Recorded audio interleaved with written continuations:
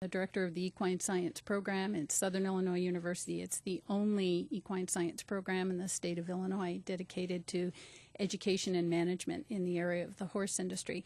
I'm also the president of the Horsemen's Council of Illinois, which is a coalition of horsemen representing the entire horse industry in the state of Illinois.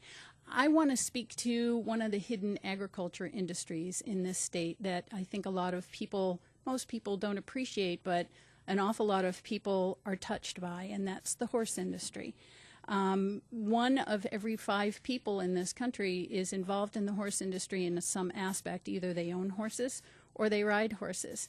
That's a huge cross-section of the population, and I would venture to guess in some areas of Illinois we would probably increase that to 90% or more. I would venture to guess that most of these FFA kids back here own, ride, or have had some kind of interaction with horses. Part of this bill is going to reinvigorate the horse industry in the state of Illinois. Part of this bill involves putting slots at the racetracks. Some of you may not know that Illinois used to be a preeminent racing state.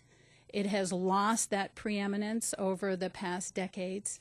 Many of you probably watched the Breeders' Cup that was held at Arlington.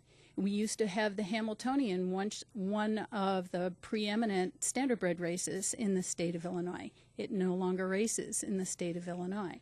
And that kind of speaks to what's going on in the horse industry in general in this state.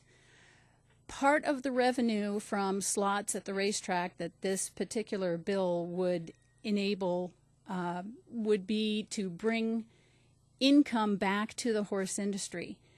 When you're talking about raising animals and animal agriculture in general, horses in particular, that would touch far more than just the horses themselves. Every time you raise an animal, you have inputs that go into the community and affect so many other people in agriculture and related industries.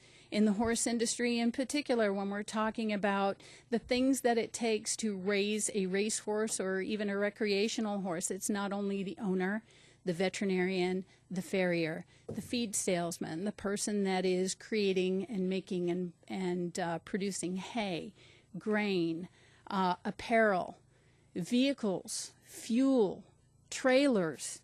There is so many parts of the general industry and jobs that are created by increasing the animal agriculture industry in this state, and this bill will help to reinvigorate that.